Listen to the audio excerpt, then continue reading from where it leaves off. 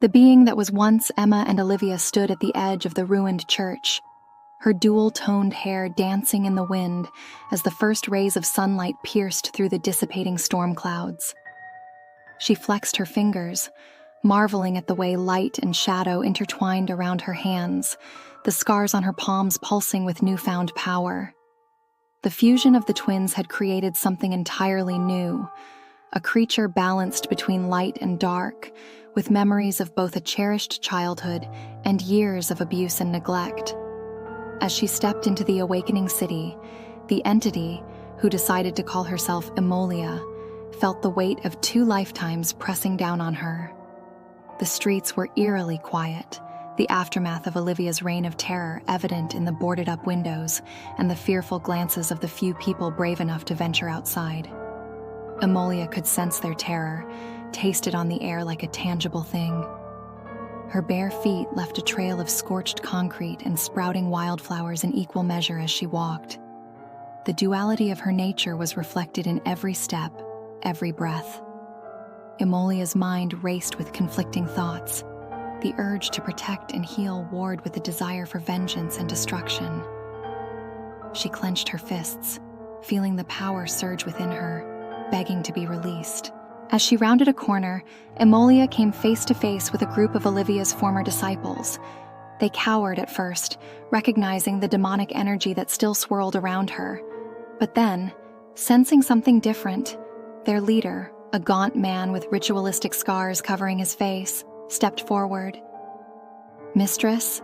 he asked hesitantly, his voice a mixture of hope and fear. "Is that you?" Emolia tilted her head, Olivia's memories providing context for these pitiful creatures. They had pledged their lives to her dark cause, committing unspeakable acts in her name. Part of her wanted to embrace them, to lead them in a campaign of terror against the world. But Emma's influence tempered that desire, filling her with disgust at their actions. "Your mistress is gone," Emolia said, her voice a haunting melody of 2 tones. "As is your purpose." Before the cultists could react, Emolia raised her hands.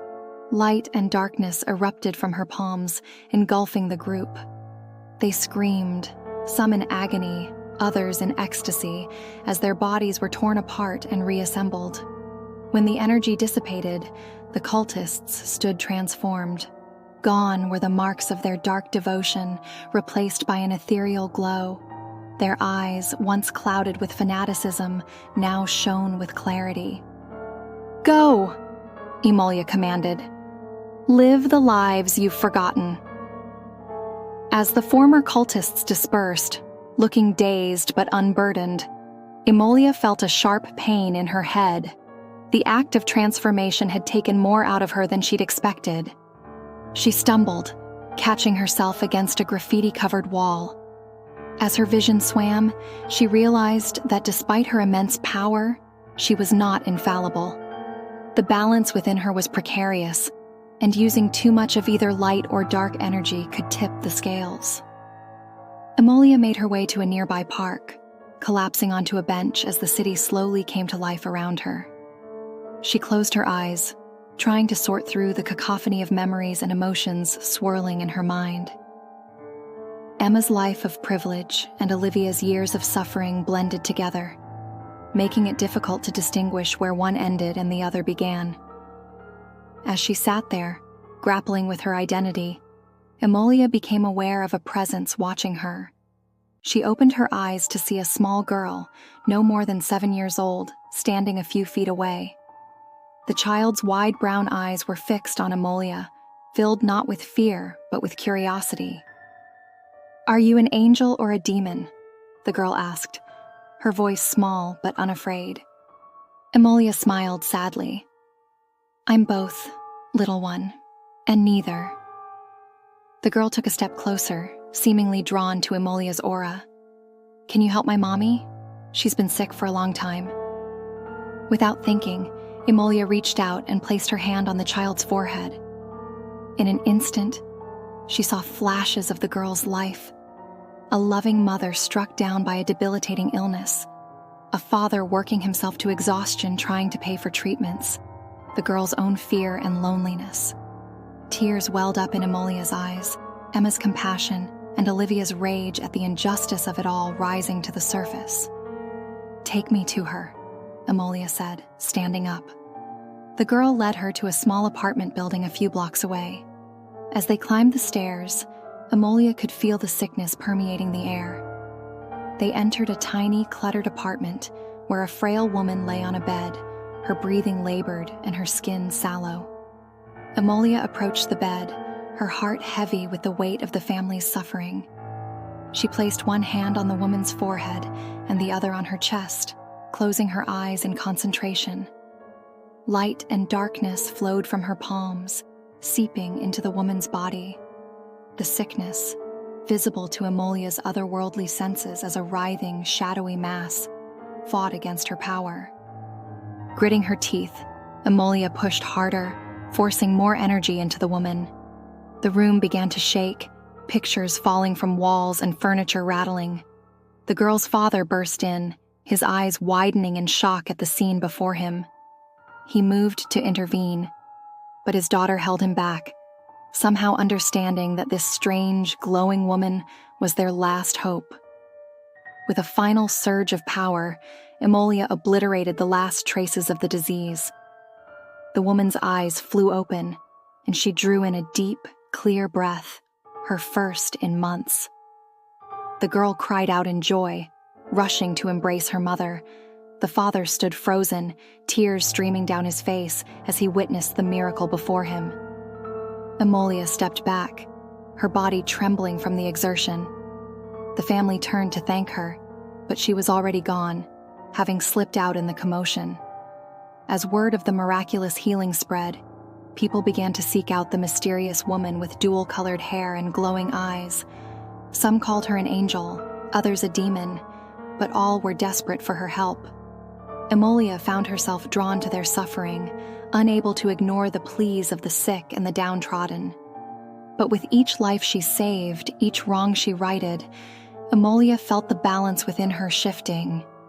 The constant use of her powers was taking its toll, pushing her closer to the edge of either total enlightenment or infernal damnation.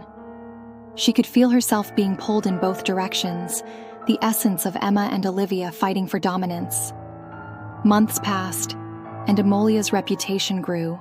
She became an urban legend, a figure of hope and fear. Government agencies sought to capture her. Religious groups alternately worshipped and denounced her, and those in need prayed for her appearance. One night, as Emolia walked through a seedy part of town, she came across a scene that made her blood run cold. A group of men had cornered a young woman in an alley, their intentions clear in their leering faces and grasping hands. The scene triggered memories of Olivia's past abuse, and something inside Emolia snapped. With a primal scream, she unleashed her power. The men were lifted off their feet, suspended in midair as Emolia's rage manifested in tendrils of darkness that wrapped around their bodies. She could feel their terror, their pitiful pleas for mercy, but Olivia's influence was too strong in this moment. One by one, Emolia crushed the life out of them, their bodies contorting in agony as bones shattered and organs ruptured. Blood rained down on the alley, painting the walls and ground in a gruesome mural. The young woman they had been threatening watched in horror, her savior having become something far more terrifying than her attackers. As the last man's lifeless body fell to the ground, Emolia came back to herself. She looked at her hands, covered in blood and still crackling with dark energy. The young woman was pressed against the wall, shaking uncontrollably, her eyes wide with fear. "I'm sorry," Emolia whispered, more to herself than to the traumatized woman. "I'm so sorry." She fled the scene, her mind in chaos. The delicate balance she had maintained for months was now in shambles. Olivia's darkness threatened to overwhelm her, the taste of vengeance awakening a hunger she had tried to keep at bay. For days, Emolia isolated herself, fighting an internal battle between the light and dark aspects of her nature. She could feel her body changing, shifting between angelic and demonic forms as the two sides warred for control. Her screams echoed through the abandoned building she had taken refuge in, the walls cracking and healing in response to her fluctuating powers. As her inner conflict reached its peak, Emolia made a desperate decision. She realized that as long as she existed in this fused state, the world would never be safe. Her power was too great, the temptation to use it for good or ill too strong. With the last of her strength, Emolia reached deep within herself, grasping the very essence of what made her unique. In a blinding flash of light and a deafening implosion of darkness, she tore herself apart. When the dust settled, two figures lay unconscious on the ground, Emma and Olivia, once again separate entities. But the separation had come at a cost. As they slowly regained consciousness, it became clear that neither was the same as before.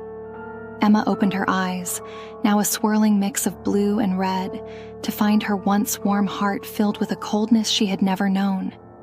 The compassion that had defined her was muted, replaced by a pragmatic detachment.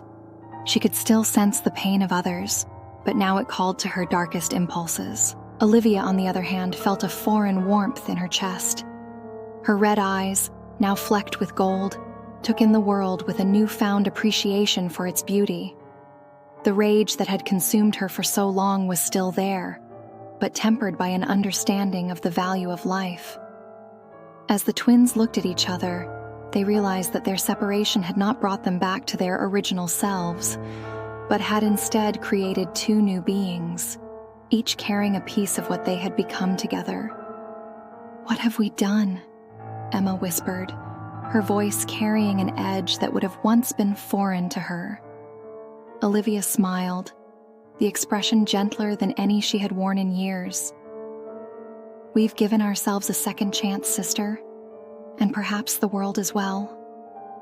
As they stood, supporting each other, Emma and Olivia knew that their journey was far from over. They had tasted godhood and had chosen humanity, but the echoes of their fusion would remain with them forever. The world outside was still in chaos, still in need of healing and justice. But now, perhaps they could face it together, not as angels or demons, but as flawed, powerful beings walking the line between light and darkness. They stepped out into the night, leaving behind the ruins of their brief union, ready to forge a new path, one that would forever blur the lines between fallen angels and risen devils.